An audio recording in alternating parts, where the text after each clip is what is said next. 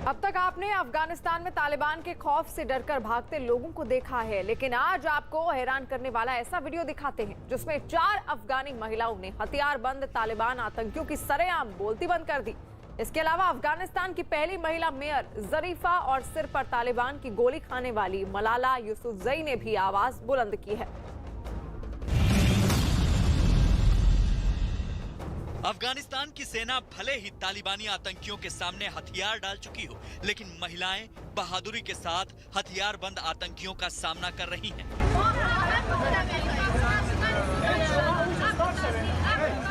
तालिबानी आतंकियों के एक हाथ में हथियार है और दूसरे हाथ में कब्जाई हुई सत्ता, लेकिन उनका शासन उनके खुद के लोगों को कबूल नहीं है।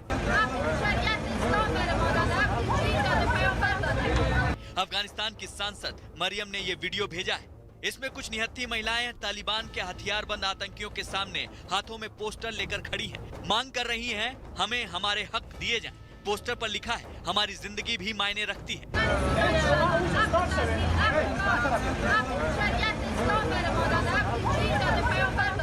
इन महिलाओं की हिम्मत और तालिबान के क्रूर शासन के खिलाफ इनके हौसले के सामने आतंकियों को लौटना पड़ा। वो महिलाओं को लगातार चुप कराने की कोशिश करते रहे। हैरानी की बात यह है कि जिस वक्त महिलाएं हथियारबंद तालिबानी आतंकियों के खिलाफ प्रदर्शन कर रही थी, उस वक्त सामने की ओर करीब 100 लोगों की भीड़ मौजूद थी, लेकिन कोई कुछ नहीं बोल रहा था। फिर भी इन महिलाओं ने बता दिया कि अगर हौसला है तो अपने हक की हर जंग जीती जा सकती है। कुछ और लोग भी हैं जो न तो तालिबानी आतंकियों के हथियार से डरते हैं और न ही उनके क्रूर शासन से। ये हैं अफगानिस्तान की सबसे कम उम्र की और पहली महिला मेयर जरीफा गफारी। इनका कहना है कि तालिबान तो महिलाओं का घर से निकलना भी नहीं पसंद करते, इसलिए समाज और देश में महिला की बढ़ती ताकत उन्हें सबसे बड़ी चुनौती की तरह लगती है।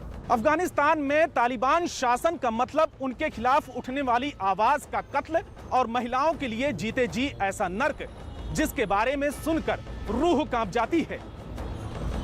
अपने ही देश में महिलाओं के खिलाफ अत्याचार की ऐसी कहानियां दुनिया में कहीं और नहीं मिलती। इन्हें आतंकी कहिए या लड़ाके, इन्हें अपने बनाए कातिल कानून के खिलाफ उठने वाली कोई भी आवाज कबूल नहीं है। फिर भी अफगानिस्तान की पहली महिला मेयर जरीफा गफारी ने तालिबान के आतंकियों से कहा है कि वो आए, मैं उनके हाथों हत्या का इंतजार कर रही हूँ। 27 साल की जरीफा मैदान वर्दक प्रांत की रहने वाली हैं। उन्होंने एक न्यूज वेबसाइट को दिए इंटरव्यू में बताया कि कैसे तालिबान ने उनके परिवार को जिंदगी का सबसे बड़ा दर्द दिया है। इतना ही नहीं, उन्होंने ये भी कहा कि वो तालिबान आतंकियों से नहीं डरती। मैं अपने घर पर बैठी हूँ, मैं तालिबानी आतंकियों का इंतजार कर रही हूँ। मेरी और मेरे परिवार की मदद के लिए कोई नहीं है। मैं अपने परिवार और पति के साथ बैठी हूँ। वो आएंगे और मुझ जैसे लोगों को जान से मार देंगे। मैं अपना परिवार छोड़कर नहीं जा सकती। वैसे भी अगर जाऊंगी तो आखिर कहाँ? मुझ पर 3 बार तालिबान ने हमले किए हैं, लेकिन वो हर बार नाकाम साबित हुए। इसलिए पिछले साल 15 नवंबर को तालिबान आतंकियों ने गोली मारकर मेरे पिता की हत्या कर दी। देश के युवा जानते हैं कि क्या हो रहा है। उनके पास सोशल मीडिया का हथियार है। वो बात करते हैं, संपर्क करते हैं। मुझे लगता है कि वो अपनी बेहतरी और अपने हक के लिए लड़ेंगे। मुझे लगता है कि अफगानिस्तान का भविष्य जरूर बेहतर होगा।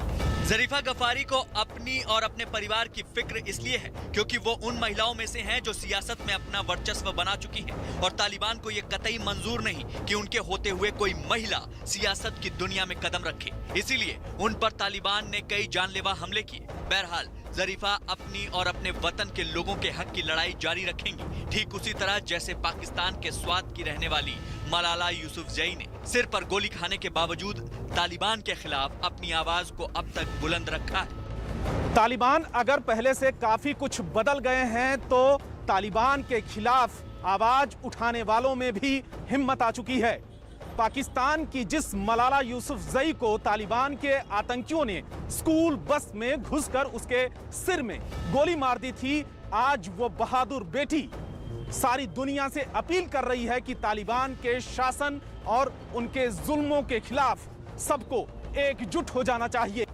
9 अक्टूबर 2012 को पाकिस्तान के स्वात घाटी इलाके में तालिबानी आतंकियों ने बस में घुसकर मलाला के सिर में गोली मार दी थी, क्योंकि वो बच्चियों की तालीम की हिमायत करती थी। इतना ही नहीं, मलाला ने पाकिस्तान और अफगान सीमा पर लड़कियों की पढ़ाई के खिलाफ पेश आने वाली मुश्किलों पर भी खुलकर लिखा। तालिबान अपनी गोलियों से भी मलाला की आवाज को नहीं दबा सके और अब उनके शासन के खिलाफ मलाला ने दुनिया से एक भावुक अपील की है। People are just escaping, they're finding a way to keep themselves safe. So when you see that, you realize that this is actually an urgent humanitarian crisis right now. We are living in a world where where we are talking about advancements, about equality, about gender equality. We cannot see a country going decades and centuries back. We have to take some bold stances for the protection of women and girls, for the protection of minority groups, and for peace and stability in that region. I think every country has a role and responsibility right now. Countries need to open their borders to Afghan refugees, to the displaced people. Taliban को अब तक ये समझ लेना चाहिए कि भले ही उन्होंने अफगानिस्तान की जमीन और सत्ता पर अपना कब्जा कर लिया है, लेकिन आतंक के दम पर वो लोगों के दिलों में जगह नहीं बना सकते। और जब तक अफगानिस्तान के लोग उन्हें अपने दिल में जगह नहीं देंगे, तब तक वो सिर्फ आतंकी साए कहलाएंगे। तालिबान महिलाओं के सबसे बड़े दुश्मन माने जाते हैं। हालांकि इस बार अफगानिस्तान पर कब्जा करते ही तालिबान सांस्कृतिक आयोग के सदस्य इनामुल्लाह ने अफगान टीवी को दिए इंटरव्यू में कहा है कि वो सरकार में महिलाओं को शामिल करेंगे। हालांकि सारी दुनिया की नजरें इस बात पर हैं कि तालिबान इस बार अपनी सरकार और शासन में महिलाओं को उनके हक कहां तक देंगे।